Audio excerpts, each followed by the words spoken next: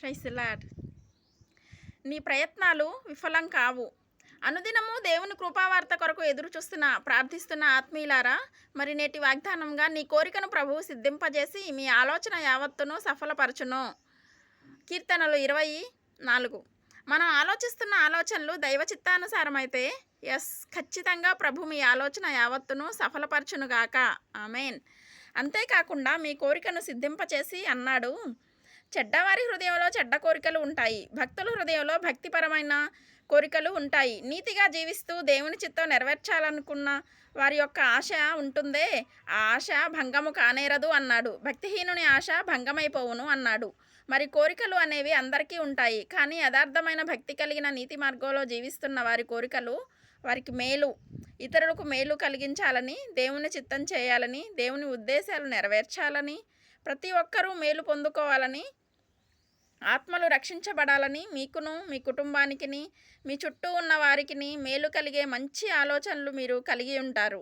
అలాగే మరి స్టూడెంట్స్ అయితే వారి చదువు విషయంలోనూ, యవనస్తులైతే ఉద్యోగం వ్యాపారం వారి పిల్లల్ని చదివించుకోవడంలోనూ, వారి భవిష్యత్ విషయంలోనూ, దేవుని పిల్లలు దేవుని యందు భయభక్తి గలవారు, రాజ్య విస్తరణలో సంఘం పరిచర్య సువార్త పనులు అలాగే అనేక రకాలైనటువంటి విషయాలలో కొన్ని కోరికలు కలిగి ఉంటాం. మనం ఇలా జరిగితే బాగుండు కదా, దేవుని మహిమపరచాలని ప్రార్థన చేస్తాం.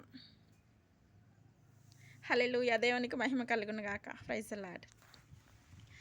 ఘనమైనవి నీ కార్యములు నా ఎడల, స్థిరమైనవి నీ ఆలోచనలు నా యేసయ్యా. ఘనమైనవి నీ కార్యములు నా ఎడల, స్థిరమైనవి నీ ఆలోచనలు నా యేసయ్యా. కృపలను పొందుచు కృతజ్ఞత కలిగి స్తుతులర్పించెదను అన్ని వేళలా. కృపలను పొందుచు కృతజ్ఞత కలిగి స్తుతులర్పించెదను అన్ని వేళలా. అనుదినము నీ అనుగ్రహమే, ఆయుష్కాలమే నీ వరమే. అనుదినము నీ అనుగ్రహమే, ఆయుష్కాలమే నీ వరమే. ఘనమైనవి స్థిరమైనవి. హల్లెలూయా. సబ్స్క్రైబ్ చేయండి.